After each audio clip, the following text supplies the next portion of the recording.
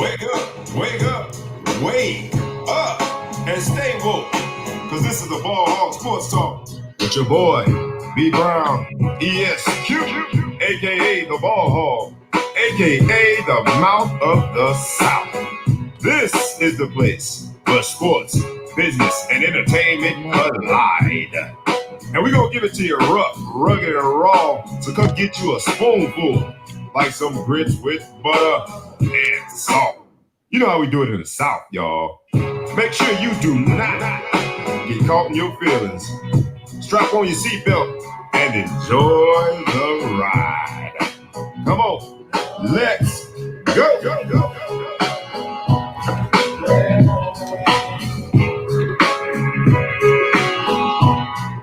All right, y'all know what it is. It's the Ball Hog Sports Talk with your boy, B Brown, ESQ, a.k.a. the Ball Hog, a.k.a. the Mouth of the South, a.k.a. Mr. Excessive Celebration, a.k.a. the Captain today. And we'll explain that a little later. El Capitan, my man, the maestro, DJ John Quick. And if I didn't know you better, man.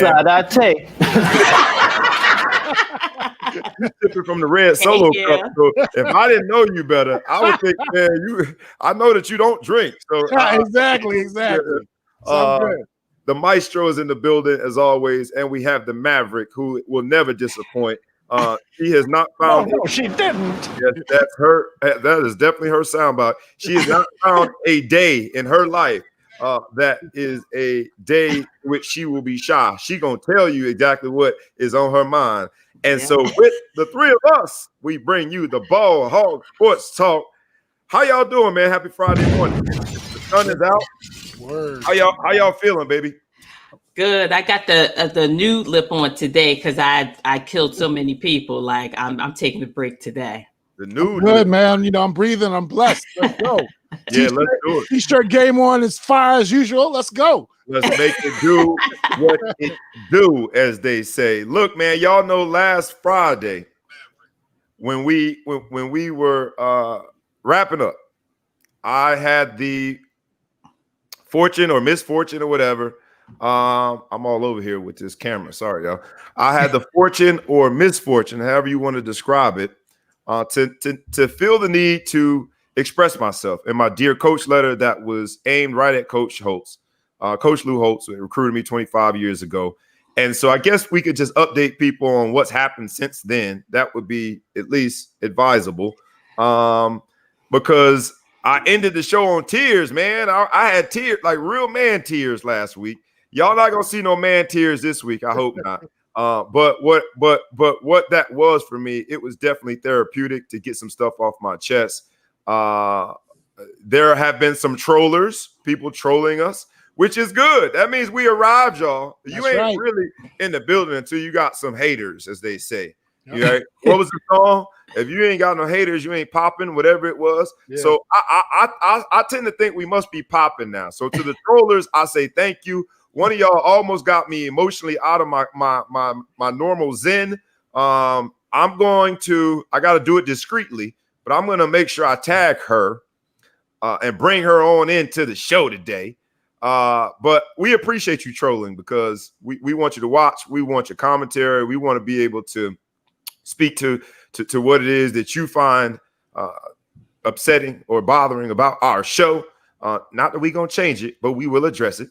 To my teammates, to the teammates that have reached out to me, man, showed me love, man. You have no idea how much it means to me. I realized that I was expressing, after the fact, the sentiment of a lot of players at Notre Dame, a lot of black players that had issue with what it was that he was saying. So look, man, I thank you. To the other teammates, and I say the other teammates because there have been just as many teammates that have backed what Coach said and sort of came out the closet, man, and made sure that we know that they waving their flag of ignorance. And when I say that, I don't mean who you're voting for, but ignorance in the sense that if you have teammates that are expressing how they feel and their experiences in this country, just believe them, man. Like at the end of the day, I ain't got no reason to lie to you. But you know, hey, man, it is what it is, man. This administration has revealed a lot of things, not about the president, but it's revealed a lot of things about your friends, my friends, your coworkers, my coworkers. And so I'm thankful for that. Now I know where we stand.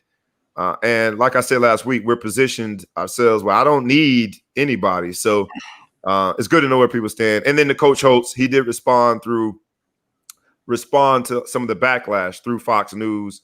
And it is where it's going to be with that, man. I will always have a warm spot in my heart for that man because of all the things he's done for me. Look, I cried when he announced that he was leaving Notre Dame my sophomore year because he means that much to me.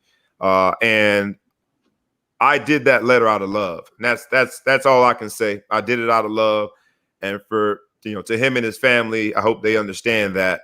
But it is what it is, man. I mean, even my 9-year-old kids that I coach, I used the playbook that he gave us when we went to Japan. So literally, I use his playbook. And then figuratively, I definitely use his playbook for my success in life.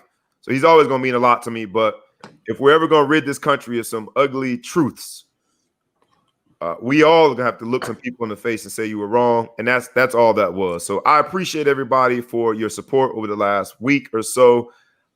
We got quoted in the Chicago Tribune, Ball Hog Sports Talk. What y'all think about that? That's pretty cool, man.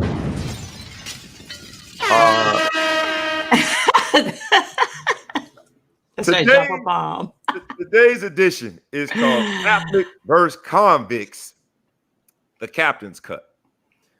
And as a Fort Lauderdale kid, I was on the other side of that battle way back in the late 80s. Y'all remember, you remember Notre Dame, Miami, late 80s? Come on, DJ John, quick. Now, Maya, you might be too young. Excuse you. No. You still had Similac around your mouth right at that time. You're too young. You don't remember that. She young. She got that young vibe. But you and I, superhero DJ John Quick, and I guess Maya might have been just out of diapers, so she might remember it.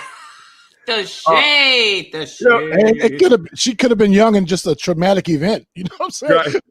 Because that was some crazy times, man. Right, crazy times. So what did y'all think about the rivalry, man? That was, I think, the pinnacle of college football, man. Miami with all of their swagger, Notre Dame with all of their tradition, came from polar opposite places in terms of the vibe you got for each team. But that was some good football. What do you guys think about the series? And then we'll hop into the actual 30 for 30. First of all, you clowning me. I'm going to get you off camera. But I remember when the Hurricanes would show up in camouflage gear when they were playing Notre Dame before the game. I remember that. So don't try to play me. They did that for Penn State, too. We're on a mission. That's right. And Jimmy Johnson was the coach. Hold on just for a moment. Now, I've been fortunate enough to meet a lot of people. Well, my man Lamar Thomas is in the building. Thank you, LT, for dropping by. Lamar Thomas wore 36 for the U, man. And as a tall, lanky fella, I was very thin, I would say. Lamar Thomas was the end-all, be-all, man, because he was out there doing it while he didn't have all the muscles. He made all the plays, man. So shout out, man. This was a dude who I looked up to. Anybody who knew me in high school, Lamar Thomas, that 36, my face mask, my whole swag, was trying to pattern myself after Lamar Thomas. And then we got a chance to be in practice together. I don't know if he remembers this, but he tried out one day for the Browns when I was on the squad, man. He had a workout, and I got a chance to meet him. So glad that you're in the building, man. Sorry to interrupt you there, Maya, but there's very few people to get me all excited. But my man Lamar Thomas is one of those people, a class act, great player, and has been a class act off the field as well. So what do you say, DJ John Quick, superhero DJ John Quick? What do you think about the series on the field? What do you remember about? It was just, a lot of what I remember is just the racial tension and, good versus evil type setup. But back then, I wasn't a big Notre Dame fan as much as I was Miami, because Miami, I don't know, they just had that bad boy mystique that, right. A lot of young kids growing up, we was like, oh, they kind of dope. And they had, a lot of players that are now in the Hall of Fame from that team. So it was dope. And I remember it specifically because I remember there were a couple of schools. There was a there was a school in West Virginia, where I lived, that kind of did the same thing with, I can't remember what Notre Dame did to Miami. They sent them something, if I'm not mistaken. But I know I don't remember the back. We have the perfect expert to come in and give us some of the back. Great. But this one school sent the other school like some bananas. Like the school, they were going against this kind of hood, but they were great in football. But then they were like, this particular school was like the Catholic school, and got the athletes from the hood who, they just plucked them out of the hood. You know what I'm saying? So it was kind of had that same feel. So that's what I remember from there. Like, wow. We're gonna drop into that topic, man. What's up, my man Kenny? My man Kenny Kesner says, I didn't realize that. I guess we were quoted and a clip of my comments were played on the EWTN during an interview with Holtz. I can only imagine what that interview consisted Hey, Bob. of. Yes. One thing about the series, we can't forget the cutoff jerseys because those boys had 12 packs. That's one thing I remember as a youngin'. Okay. I mean, my gosh. My man. Since y'all want to clown somebody, I remember the men that were in shape showing all the abs. Sadate. That's good stuff. And it was some good football, man. Some of the best names in all of football. I was raised essentially by the Blaze brothers because their youngest brother, Al, was only a week older than me. And we started playing football and running track together since we were 5 years old. Shout out to Fort Lauderdale Track Club and the Western Tigers, man. So and Al Blaze and I went to middle school together. So I had big feet. And I guess that's never a past tense thing. I guess I still have. I was about to say, you still do. I know. But for a 10-year-old kid wearing a size 10, the Blaze brothers used to send me shoes when they were playing for the Detroit Lions and the Seattle Seahawks. They would send me their Nikes through their Nike contract. And man, they really showed out for me, man. So it was a surprise when I decided to go to Notre Dame. Ironically, because I met Lou Holtz. To connect all of these shows, man, it's interesting that where we were last week and where we will be this week. But what a series! That's when college football was, I think, college football, baby.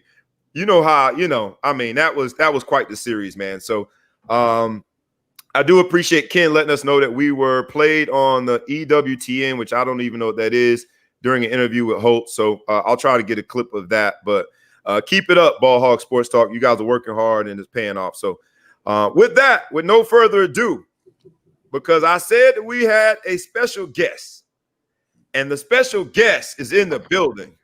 He is the missing link this week.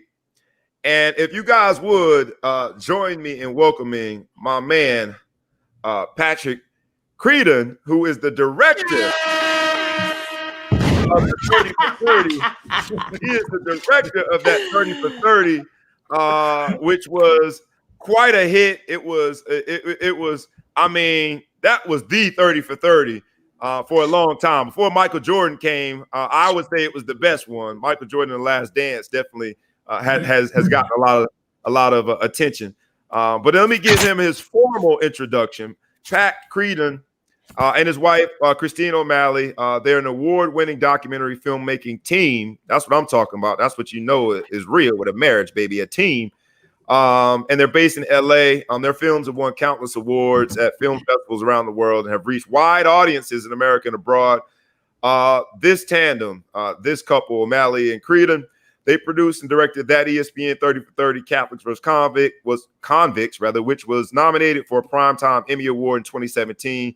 They produced the film with Jerry Barker, who just happens to be was my freshman year roommate at Notre Dame. And we're going to get into the Notre Dame system and how it's random roommate selection your freshman year. But I'll care about that, man. We'll get into that. It's a Notre Damer. Wow. Bear with me, man. Bear with me. It'll all play into the bigger story here. But Patrick Creedon, welcome to the Ball Hog Sports Talk, my man. How you doing? Hey, Bobby. How are you? Really nice to see you this morning. I'm doing fabulous. And I guess in your introduction, I failed to mention Patrick is also the author of the petition that was signed last week in response to Lou Holtz's RNC speech So that's how we initially met, because of the petition. And then I just realized, man, this is a really good brother, man. So we've hit it off ever since. Pat, how you doing, man? So I posted the 30 for 30. You know, I'm a Fort Lauderdale native. My entire room was painted orange and green. The Blaze brothers were my uncles, my godfathers. So during that time that you captured, man, I couldn't stand you because you went to Notre Dame, and everybody on the field at Notre Dame. That was some real hate that you captured in that 30 for 30, man. How was it making the film? Just tell me about just the experience itself, because what a 30 for 30 it was. Thank you, Bobby. You know, before I start, I want to tell you that I saw last week's show. Maya, my wife is a big fan of yours. She thinks you are absolutely hysterical. We rewound the section when you were talking about the NFL and digging up Gene Upshaw's bones so that he could lead the NFL again. She's like, that woman is absolutely hysterical. Thank and you. DJ John, your sound effects, fantastic. But little did I know when I was watching the show and laughing, and just I loved it. I loved everything about it. Thank you.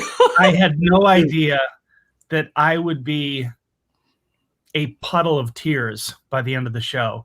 And Maya, you were crying just as bad as I was, and DJ John, I saw some tears. Yeah. And the reason Bobby and I were able to connect was that my friend Jerry Barca, who was Bobby's roommate freshman year, you know, Jerry texted me about 4 hours before the RNC last week, and he said, "Can you believe it? Holtz is speaking tonight at the RNC."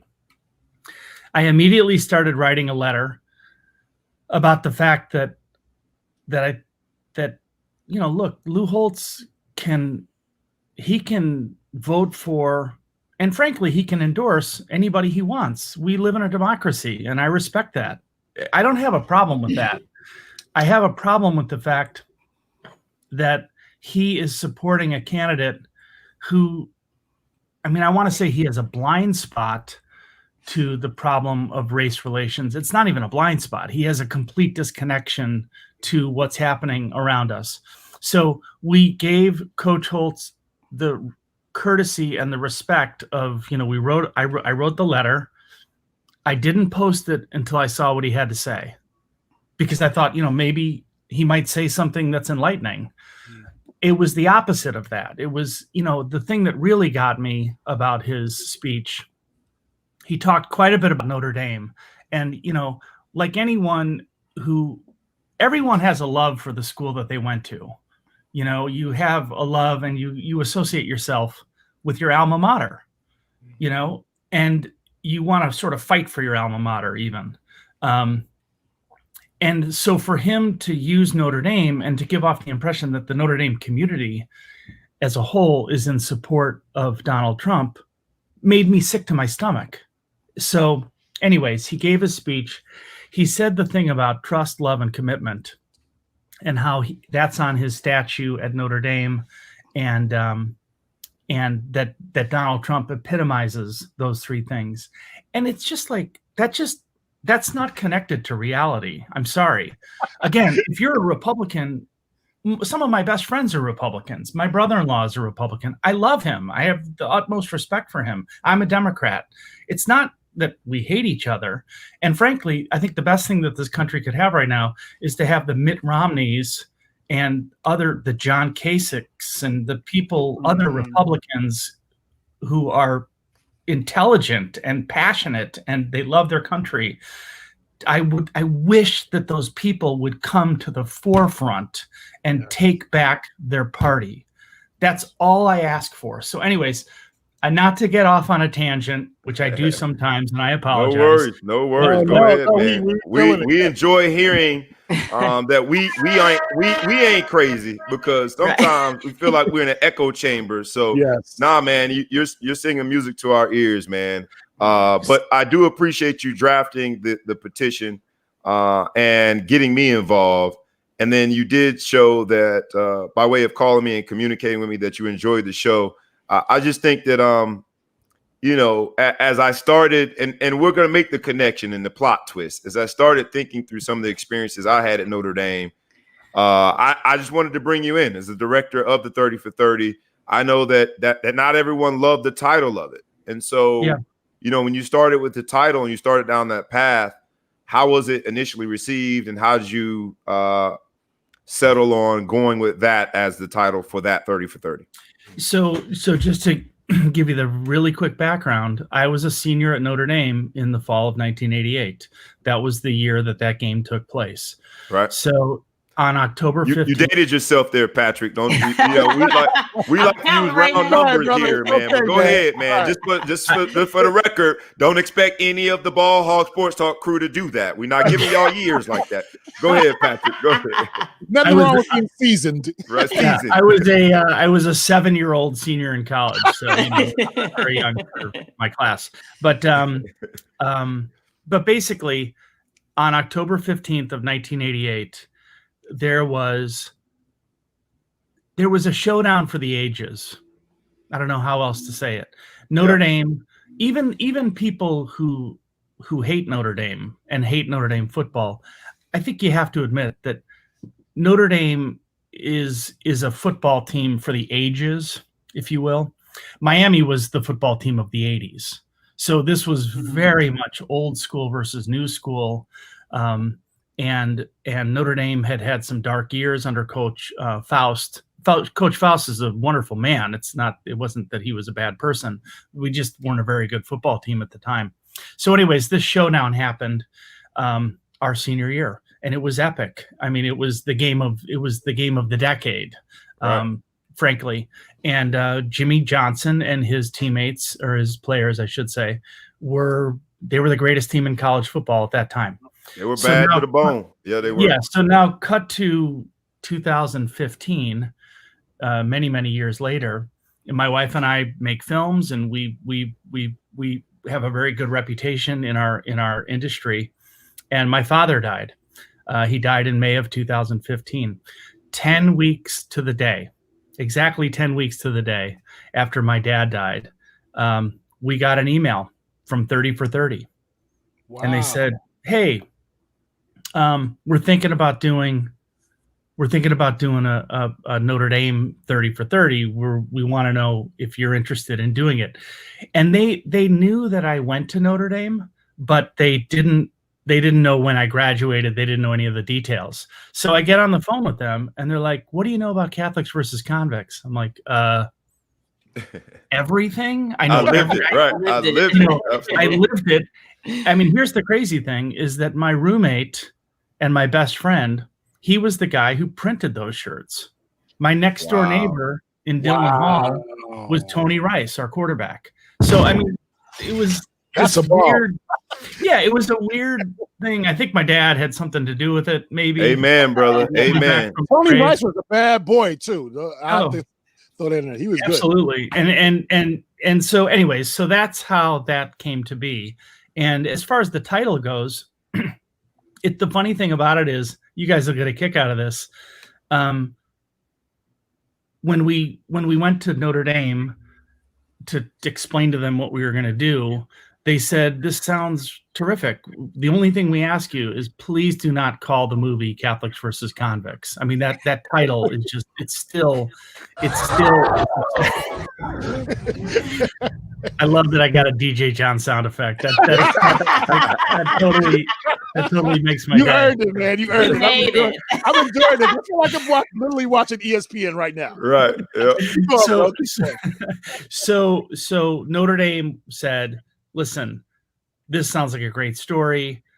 It's a little sensitive. I mean, that T-shirt that Walshy made way back when is still is upsetting around here, and it's still very upsetting around Miami. So whatever you do, please do not call the movie Catholics versus Convicts." Then, of course, ESPN is telling me, on the phone, later that day, "It's your movie. Do whatever you want, but please call it Catholics versus Convicts." So I'm like, all right, this is like, something is not going to line up here. There's no way that we can make both groups happy. Then later on during production, we showed a cut of the film to Notre Dame as a professional courtesy. I mean, they didn't have like artistic input, but we showed them a cut of the film to check the facts and make sure there were no inaccuracies. And they said, wow, this is really good. You know, you're giving everyone a fair shake. The Miami guys are amazing in the movie. It's not like you're demonizing them. I mean, they're terrific. It's a celebration of college football is what it is. They said, you know what? People are going to call the movie Catholics versus Convicts anyways, no matter what you call it. Just call it. If you want to call it that, that's fine. Great. I call up ESPN to tell them this. They say, yeah, you know what? We've been talking to our lawyers over here. We kind of don't want you to call it Catholics versus Convicts. Wow. So 28 years after they printed those T-shirts for that game, that term was still, it was still like nuclear waste, you know, like people didn't want to be near it. They didn't want to be associated with it. In the end, that's what we called it, because that's what the story is. It's a story about, I mean, it's a story about a T-shirt that some kids made for a college football game. That's what our movie's about. It sounds incredibly underwhelming, frankly. Like, who would want to watch that?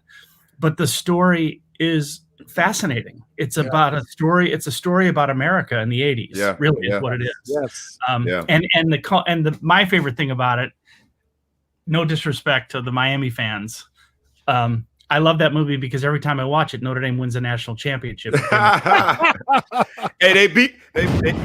But all right. So after you played the sound effect, Maestro DJ, superhero DJ John Quick, you know they beat West Virginia to win that national championship, though. Hey, I'm as a Marshall University alum, I'm very happy with that. Yeah. Common enemy. Exactly. And you know, just to give due props to Miami won the national championship the year before, and they won the national championship the year after.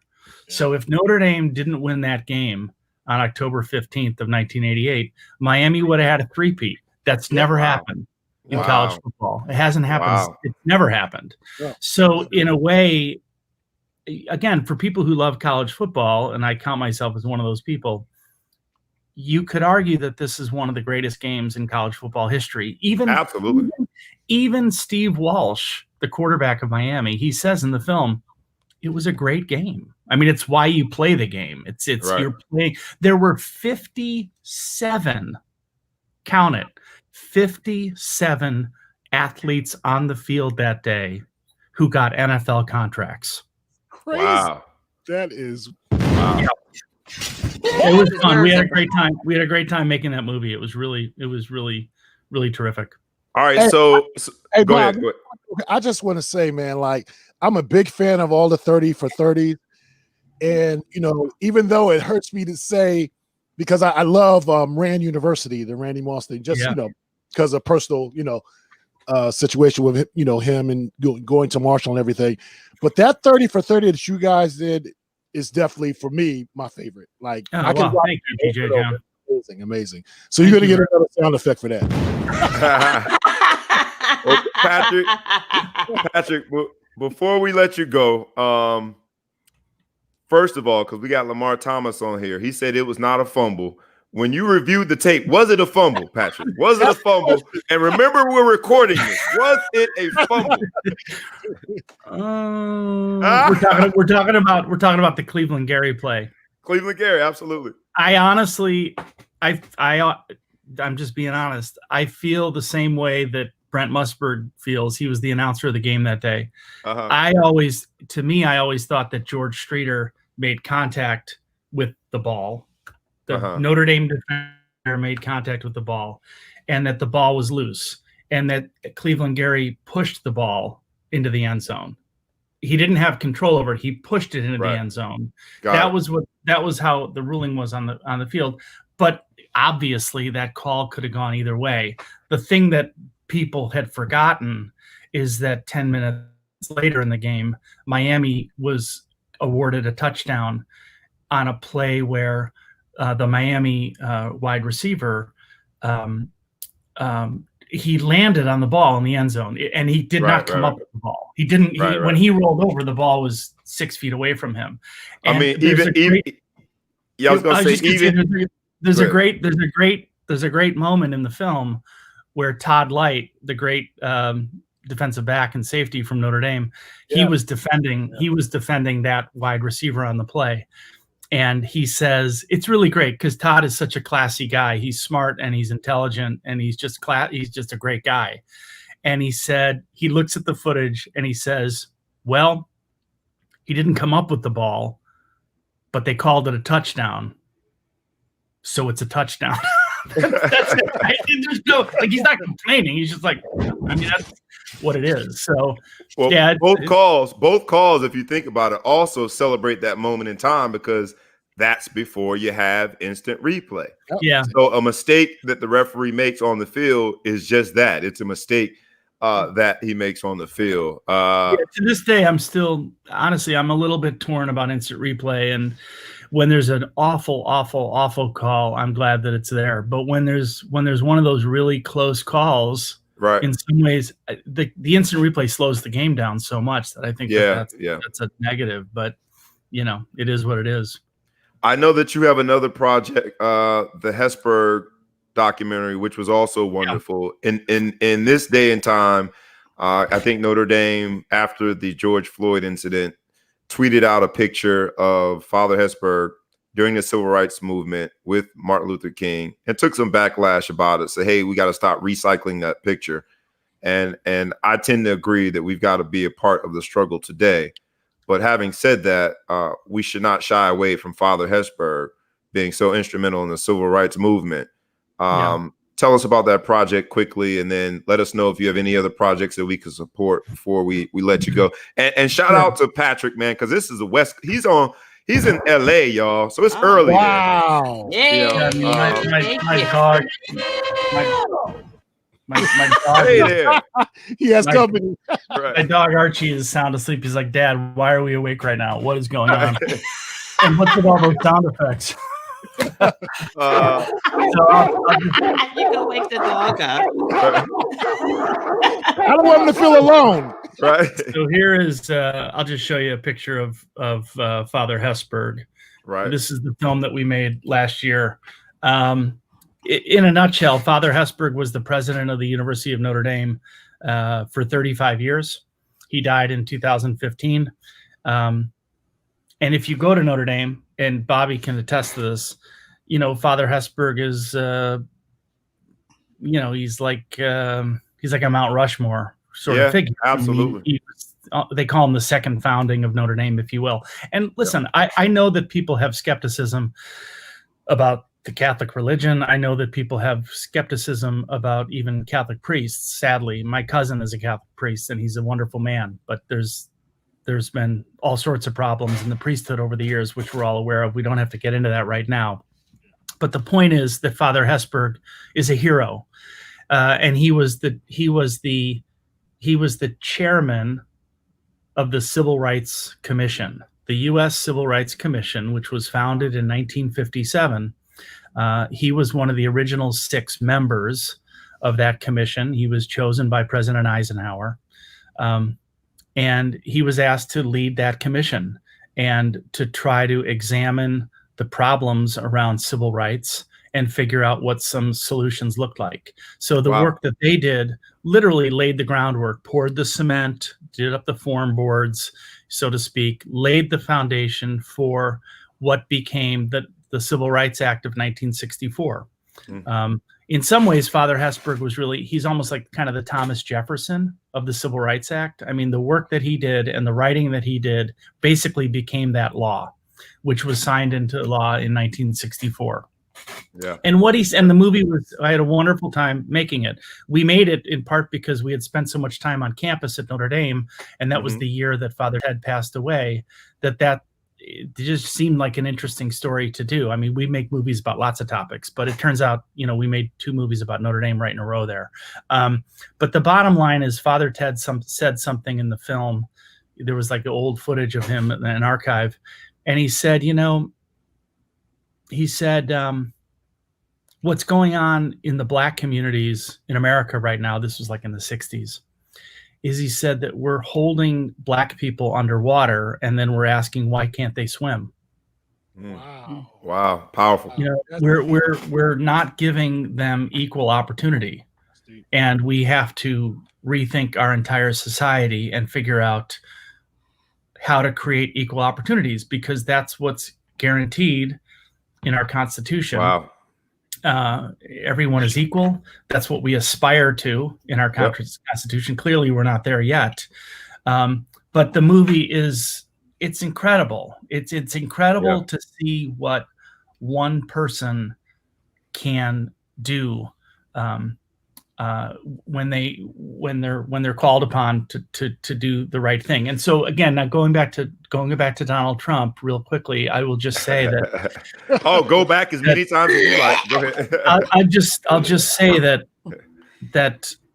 what I want to challenge my friends, there's not a lot of them, but my people that I know who are loyal supporters of Donald Trump, my challenge to them is, what are the qualities that he has that make him a good leader?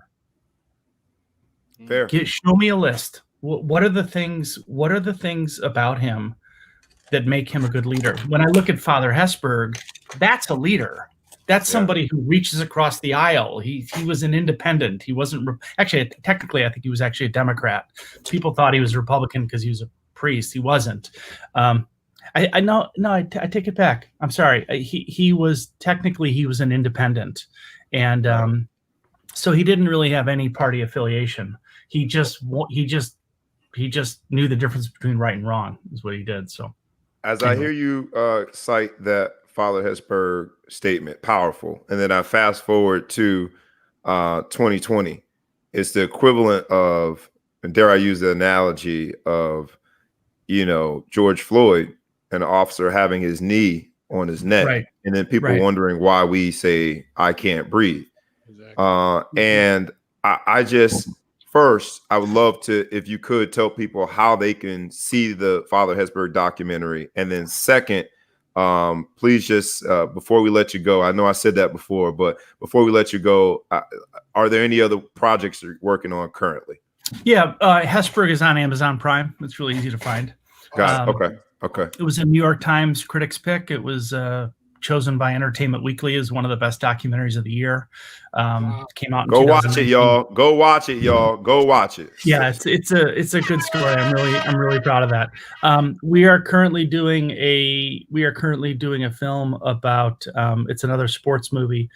It's about the 1963 Loyola Ramblers, who won the national championship in 1963. Their story had kind of faded away because it was a long time ago. But if you remember, in 2018, the Loyola Ramblers made it back to the Final Four. People remember them because of Sister Jean, the nun in the wheelchair, and she was the team chaplain, and they were ranked 11 coming into the tournament, and they made it into the Final Four. They were fantastic. They were the Cinderella team. They had 3 different buzzer beaters in 2018. But because that team made it into the Final Four in such spectacular fashion, people started writing about the history of Loyola's basketball team, and they talked about the 1963 team. And that team is famous because they had 4 black starters on their team. I mean, that doesn't sound during that time, noteworthy today. At the time in college basketball, there was an unwritten rule that the coaches followed. And the rule was, you can start 1 black player if you're at home. You can start 2 black players if you're on the road. And you can start, this is the part I love. You can start, or you can play 3 black players if you're behind, which I think is oh my god, really? Oh my gosh, that was a real rule. That was a rule. It was a rule that, and if you go back and you look at the records and the scorecards from that day, it was universally followed. People, there at the time there were some spectacular black college basketball players. Oscar Robertson, Wilt Chamberlain, Lou Alcindor. Lou Alcindor, for sure. He came a couple years later, but absolutely. And so it wasn't that it wasn't that there weren't black players in college basketball in the 50s and 60s, because there were.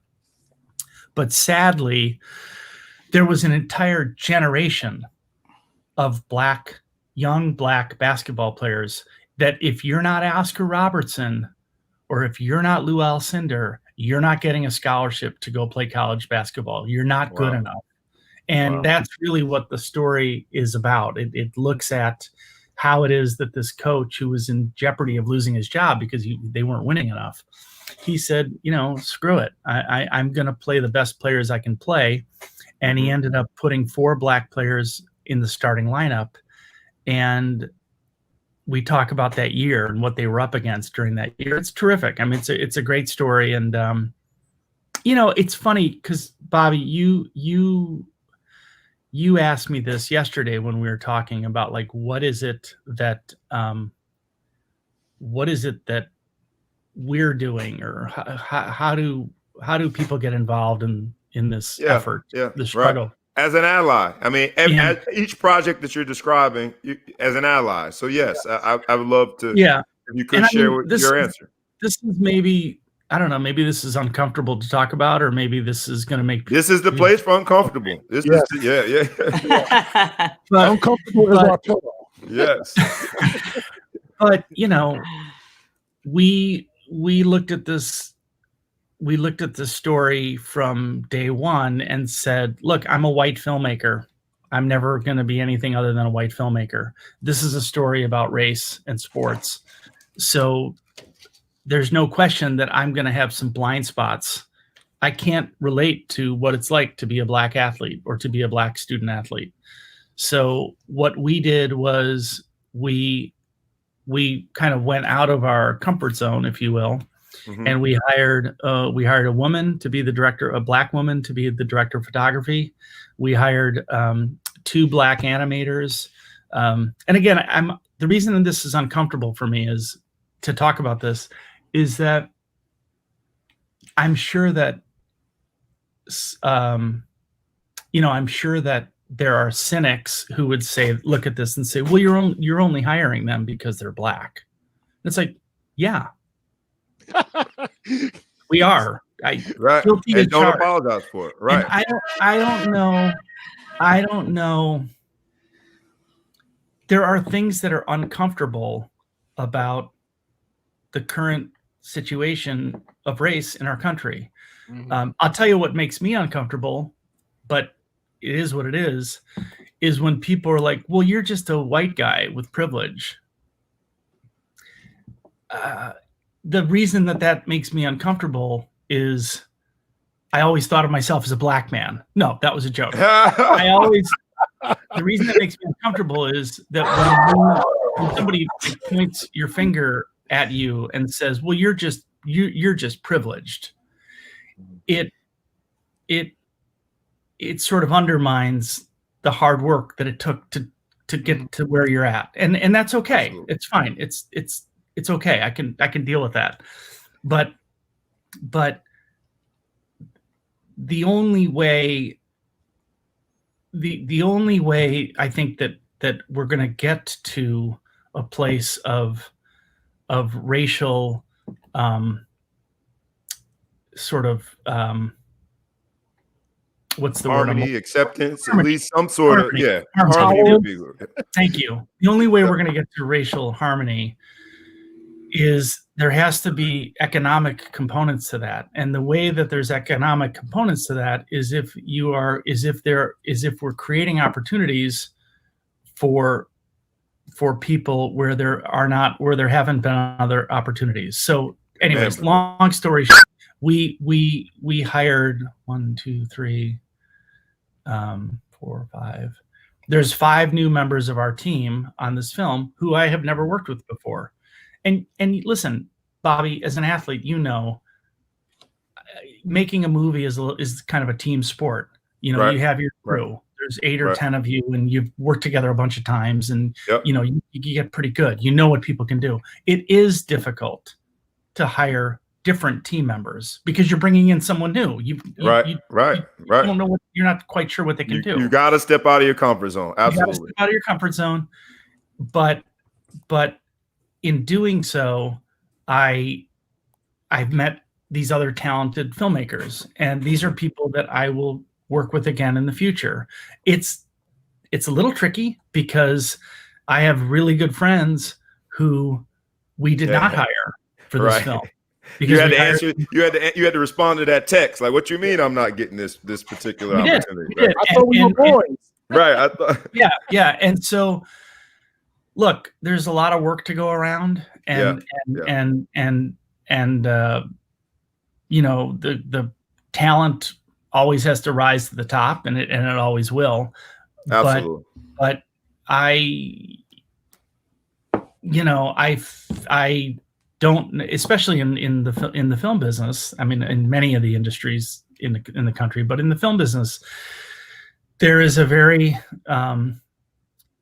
there's an ongoing conversation about why are there so many white filmmakers, and why are there not more female filmmakers of color, filmmakers that bring a new perspective to the table. And so again, it's you just gotta try to do, I think trying to create opportunities for other folks is a big part of what we're trying to do. And if people want to criticize us for that, or say, well, you're just doing it to be politically correct or something, I mean, it's like, well, I'm just doing it because it feels like it's the right thing to do.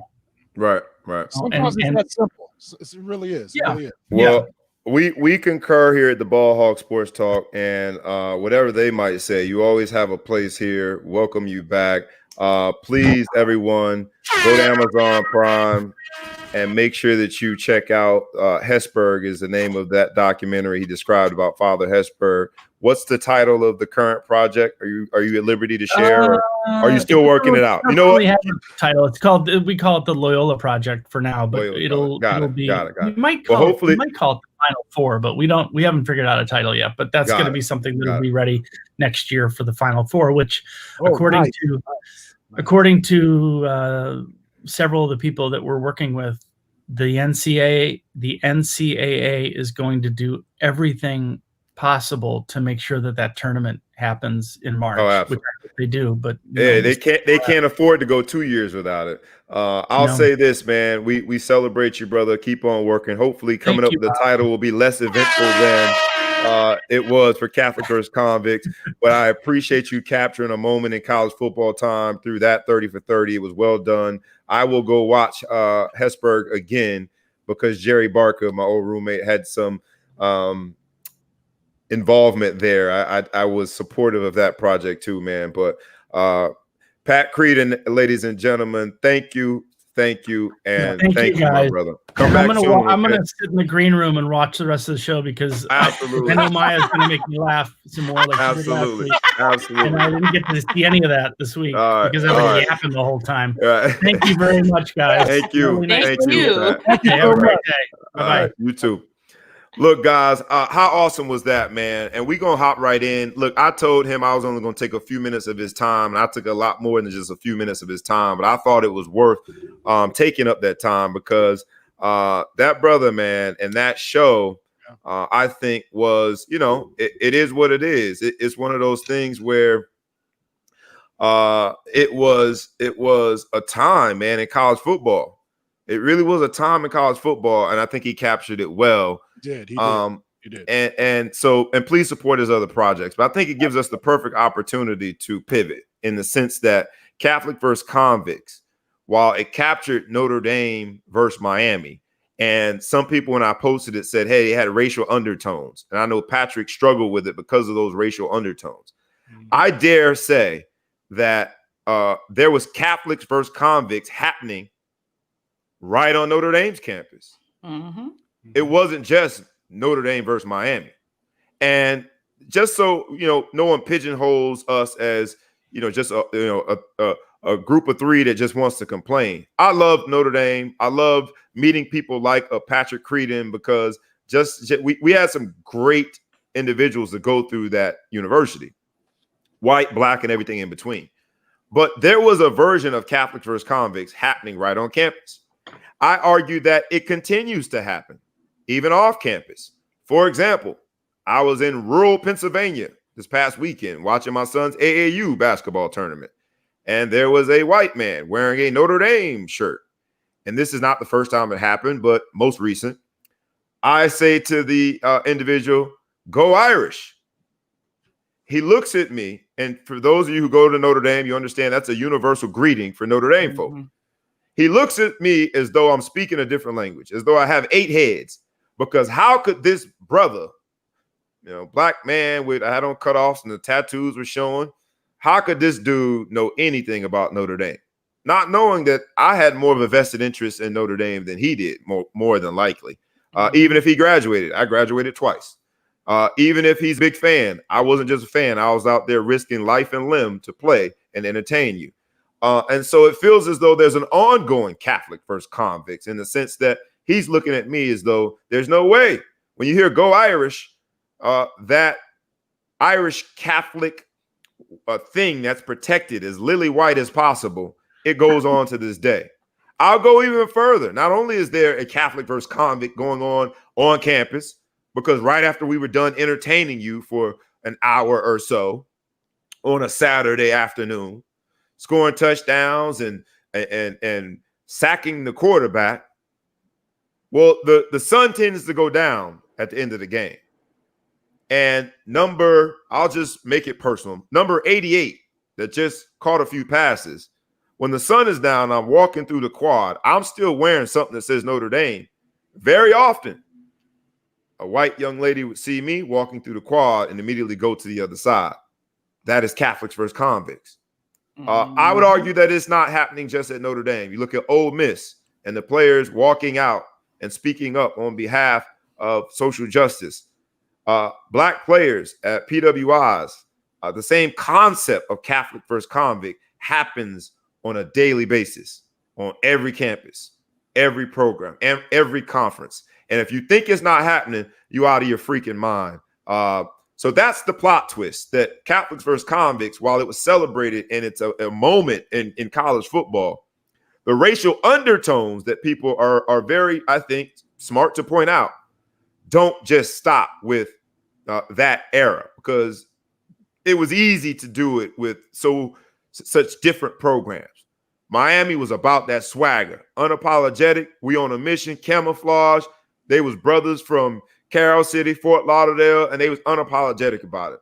Notre Dame was all steeped in its mystique and its tradition. So that was easy to point out that divide. But to me, I think the divide and that racial undertone is a much bigger conversation. What do you guys think?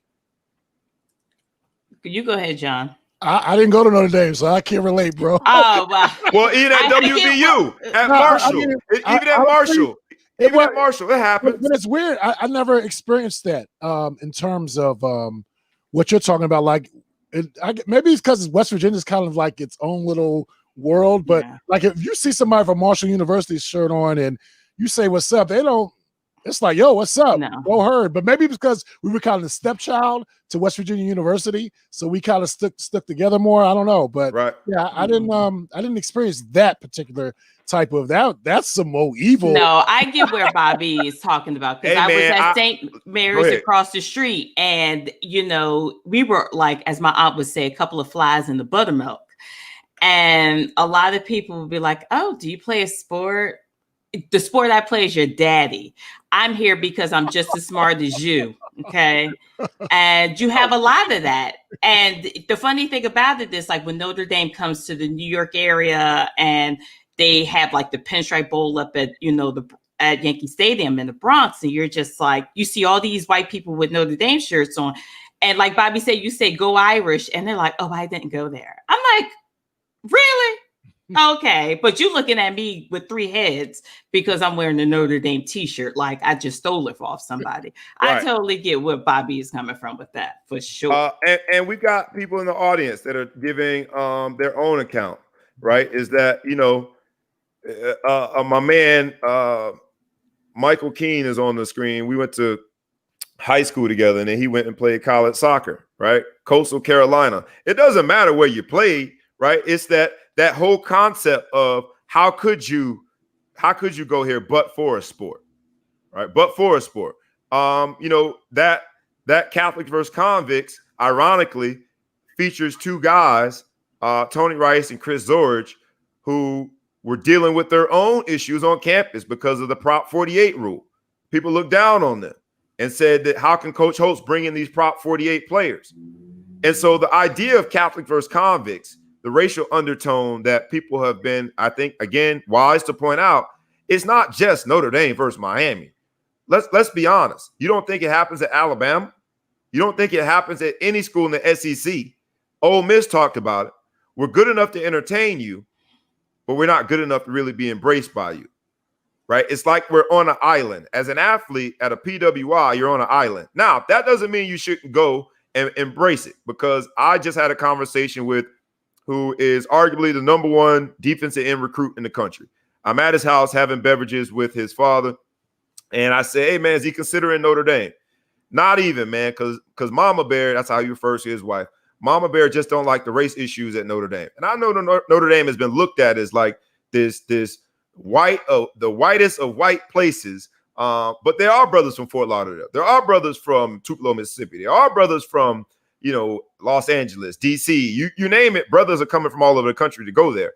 And so I had a very candid conversation with his dad, with the mom within earshot. And I said, look, when your son graduates in 4 years, let me just ask you this. Do you think he's going to enter a world where we finally have reached a point of racial equality and racial harmony, and things are going to be great, and there's going to be a plethora of opportunities for Black folk in the private sector and jobs just pouring down from the sky for Black folk?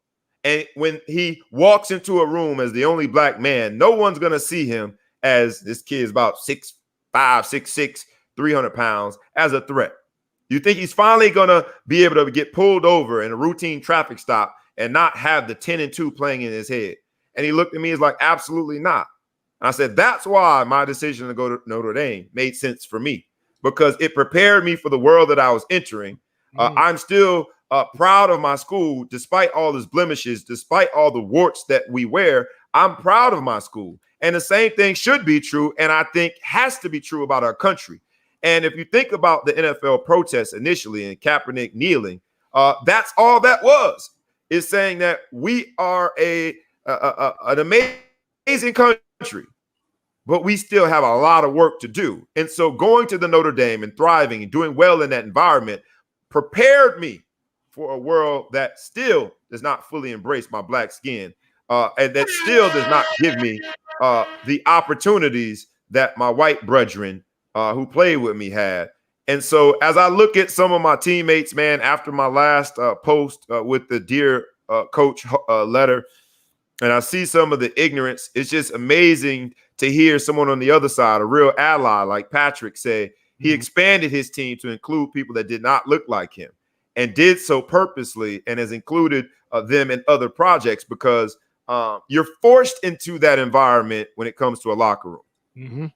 And lo and behold, when I'm looking at some of these posts and I'm looking at some of their rhetoric, and I reflect upon like the accusation that I referred to last week, it just makes me think that they were always living a lie. And I prefer allies that are living their truth. Well, I say just two things? One thing Dr. King said, you have to make the comfortable uncomfortable. And another thing that Patrick alluded to with like basically equality. And one thing, I don't know exactly who called it. I think it was Goldie Taylor, who's a columnist. And she said, you're telling me to pull myself up by the bootstraps, but what if I don't have any boots? Right. I heard How am I going to pull up anything? You know, right. So you have to make people see things that they don't see. You have to remember, you're taught in psychology, your perception is your reality because you know nothing else. Yep. So until people are shown or forced to see things from another perspective. They're not going to change. And let's be frank, we're not going to change half of these MAGA supporters. I don't want to change you. I'd rather waste my energy on doing something I enjoy, like eating or interfacing with people who actually have brains. So we have to work on the people who are at the point in their life and say, you know what? Because when Black people say it, it's like, oh my God, they're complaining again. But if a white person says it, it's like it has some validity to it. So that's why when I said that when we're looking for allies and whatnot, we can't always be we have to use like a vessel. We have to use a white, like a Patrick, who understands. He doesn't understand, but he gets it, what we're talking about, to speak to other friends or whatnot. Because if I go and tell some white person, there's racism every day. You don't believe me, but you believe that Elvis is still alive and that Bigfoot's in the backyard. But you don't believe me when I tell you that I'm being discriminated against because my name is Maya. And they're like, what the hell is that? We know Patrick, she's Black. I think Patrick did.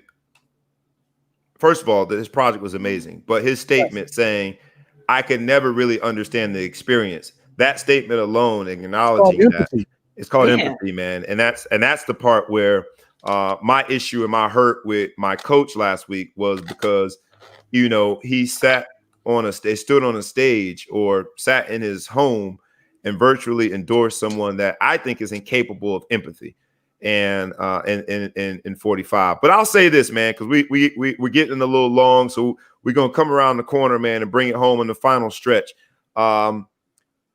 It's called the Captain's Cut because of one of the trollers that we had last week. The troller came on to our page. I think it was my page that she accessed the show, and she said, "Hey, you played for Notre Dame? Never heard of you."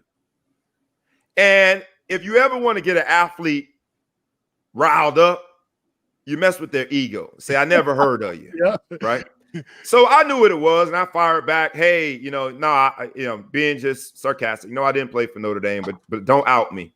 And that wasn't enough for her, right? She still wanted to get in under my skin. So we went back and forth, and she said something, I said something, whatever. And then she ended up sending me a friend invitation, and I accepted, and then invited me to a private group.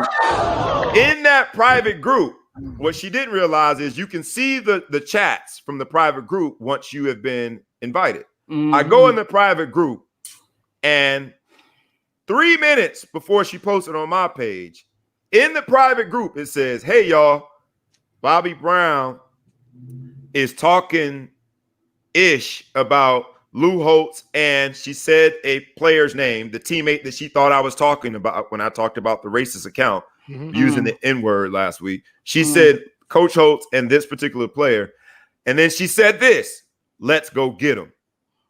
Damn! So that mob mentality that we thought we had got rid of, we rid ourselves of with the 1964 Civil Rights Act, and things that were put in place to prevent that mob mentality, it still exists. But here's the thing. I love the fact that we have trollers. That means we arrived. Yep. It's called the Captain's Cut because most people, she said, I'm a lifelong fan, right? She's got more ownership. From New Mexico, the land of enchantment. Let me tell you something. You want to be enchanted, you come over here and talk that shit, and you get smacked back to enchantment. So I'm just saying, I'm sorry. I know you want to get on her, Bobby. You said you take the high road, but you know I don't do that. The nerve of her.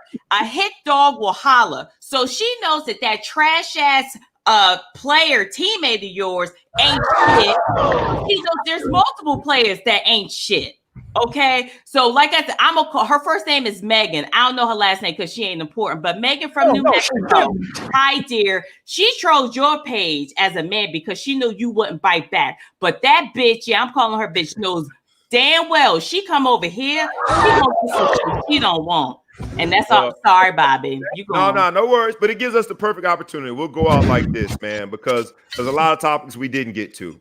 Every captain, she calls herself a lifelong fan. Now, not that I need to bolster up my resume, but I'm just saying it to let you know where she was coming from. I happen to be a 3-year starter at Notre Dame and led statistically in at least 2 of those 3 years, and I don't know how many categories. So she knew what she was doing by trying to jab me and say, never heard of you.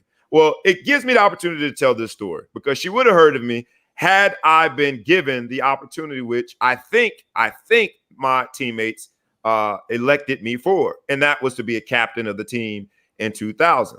What happened was we were given a sheet of paper and told to vote for 3 captains.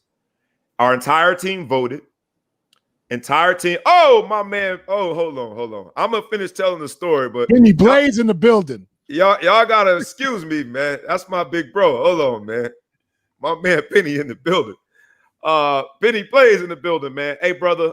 Publicly, man, I want to say thank you for everything you and your family's ever done for me, and that's real, man. Just real good people, man. That's my brother, man. That's my uncle. That's my people right there. So where was I in the story? We voted for 3 captains. Everybody got a ballot. Everybody voted for 3 names.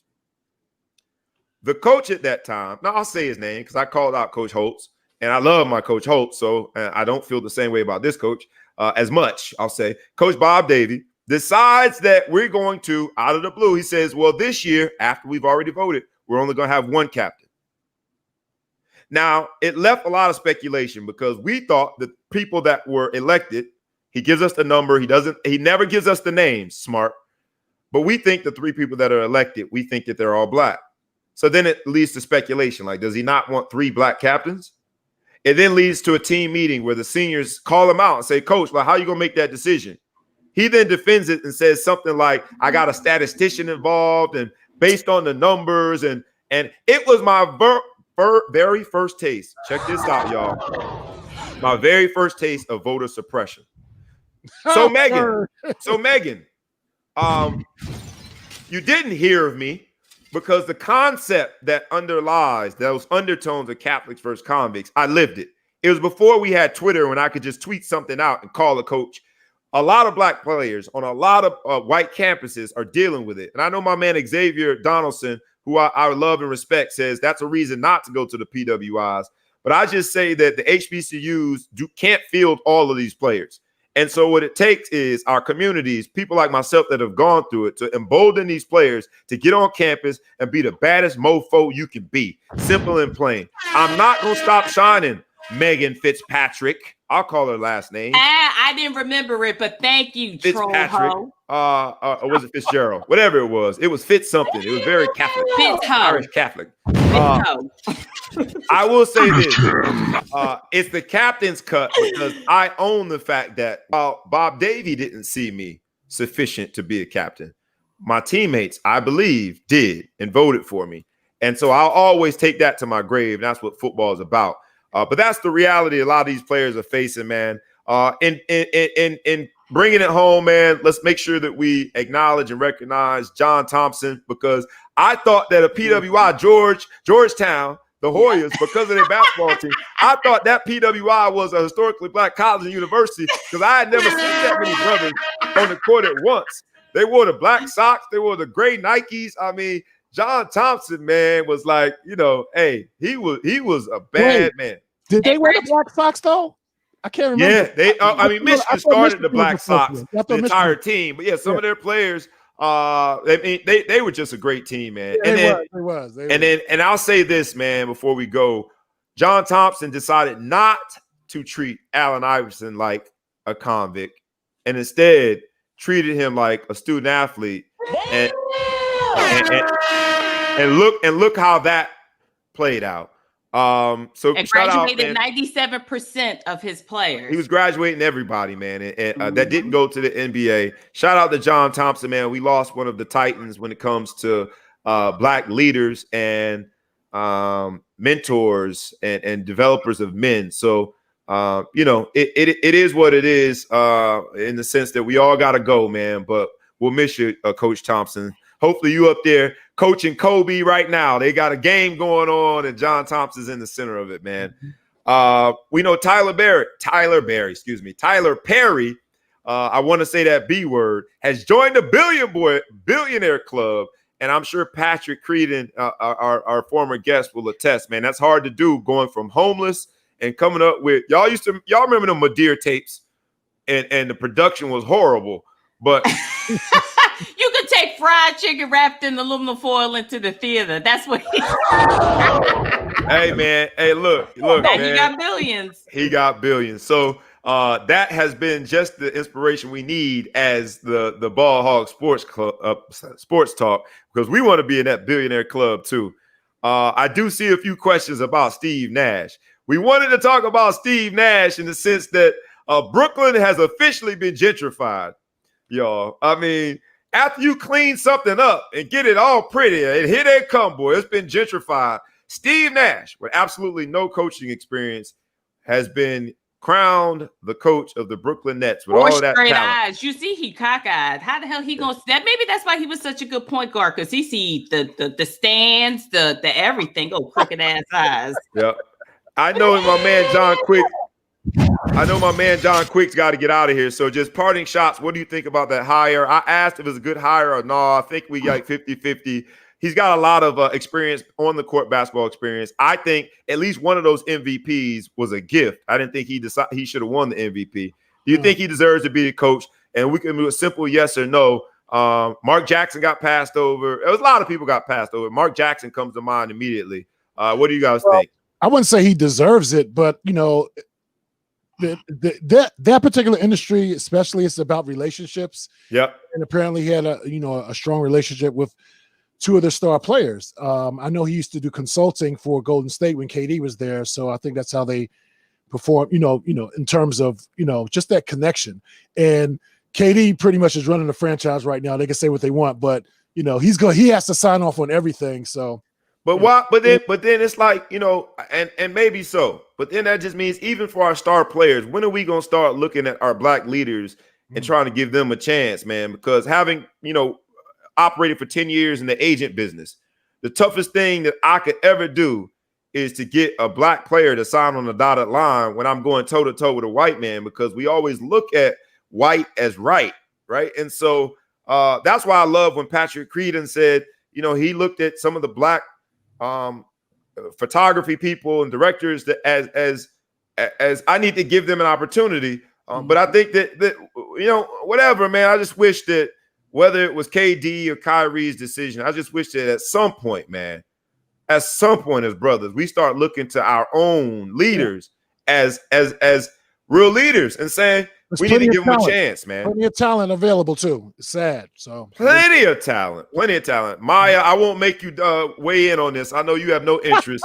John Quick, who won the versus battle this week? It was ladies this week. Who won? It was Brandy versus Monica. I know there's a lot of history there, bad blood, but who won the versus? Well, honestly, I love both artists. I kind of think, I don't know. It was hard for me. I can't even call it, to be honest. I mean, I might lean towards Monica, because even though I feel like Brandy has more hits, I thought Monica kind of played it better, because it is a strategic battle, if you want to call it a battle. Swiss likes to call it a celebration, but it is strategic in terms of what record you play against, record. Right, so I thought Monica may, just by a hair. Yeah. Same. You going the same. All right, Look, we got to get out of here today, man. My man, DJ John Quick, I know you got some other business to handle, man. Some great news. Michael Bloomberg gave $100 million to HBCUs to produce more black doctors. And then the ex-wife, we talked about her donating some money to HBCUs. I just wish that we start believing in ourselves. And I know that sounds maybe hypocritical, because I also say that I don't think by default top athletes should choose HBCUs if it's a different experience. But when it comes to these opportunities, man, I'm glad to see that Michael Bloomberg is stepping up. We all should, because more black doctors is exactly what the doctor ordered. We would be remiss, man, if we did not go out with an acknowledgement and a moment of silence for our brother, our superhero, Wakanda forever, Mr. Brother Chadwick Boseman, who not lost the battle, because I don't even want to put it that way, but unfortunately he died of colon cancer. But to think of all of the things that brother did while fighting stage 3 colon cancer, all the things he recorded, all the lives that he touched, Black folk that now really believe in their version of Wakanda.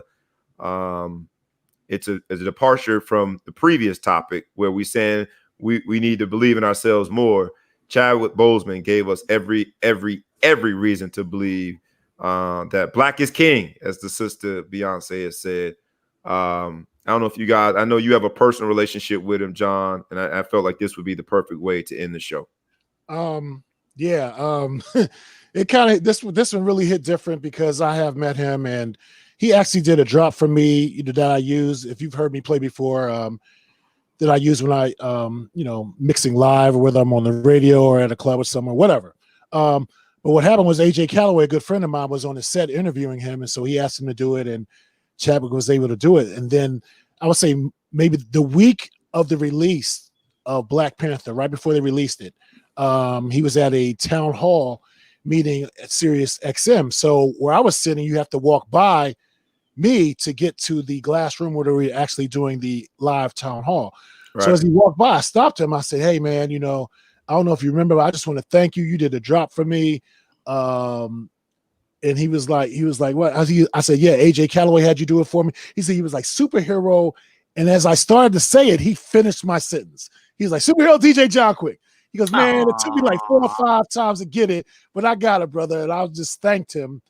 And he went in the room and, they did the interview. And there was a point of the interview where he told the story about 2 young Black boys who were terminally ill. And basically he had befriended them and their family, and they kept in touch on and off during the filming of Black Panther. And he said all they talked about is wanting to live long enough to see the movie. And unfortunately, these young guys didn't. And it hit him so hard at that moment, because I know how it is when you're promoting a movie, you got to do the press run, you're all over the place. I think at that moment, it hit him like a ton of bricks, and he just broke down and started crying. He actually ended up leaving the interview. It was the most powerful moment I've ever seen in radio. I've been in radio for a long time. That was the most powerful moment I've ever witnessed in radio. And it also told me all I needed to know about that man's character. And now you look back, it was like, wow, he was battling his own, situation in terms of cancer. So yeah. Salute to him, God bless his family. And we lost a titan of the culture, one of the most personal actors we've ever witnessed in our lifetime. And it was no accident that he was playing some of our most, beloved heroes of our lifetime. Right. So that's all I got to say. Let's just end here with a very brief but powerful moment of silence for our brother Chadwick Boseman, because he absolutely deserves it.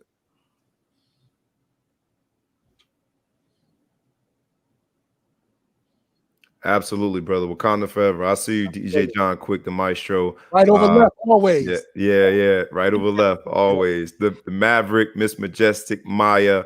Appreciate it. Another great show. Thank you for everyone for tuning in. I got my man Kenneth Kesner. Big Ken in the house, man. Make sure that you guys like. Make sure that you comment. Make sure that you share. For all of you who joined us, especially my Miami folk, my man Lamar Thomas, who I looked up to, my big bro Benny Blades, man. Benny made the Blades brothers, baby. You made my weekend, man. You made my weekend. Benny and the Jets, baby. You made my weekend. So I appreciate it, man. From our heart to your ears, thank you for supporting us. Please like, please comment, and please, we ask you to share. It's been the Ball Hog Sports Talk with your boy B Brown ESQ, aka the Ball Hog, aka the Mouth of the South, aka Mr. Excessive Celebration, aka the Captain. I'ma holla at y'all, baby. Peace. Sadate. Crazy.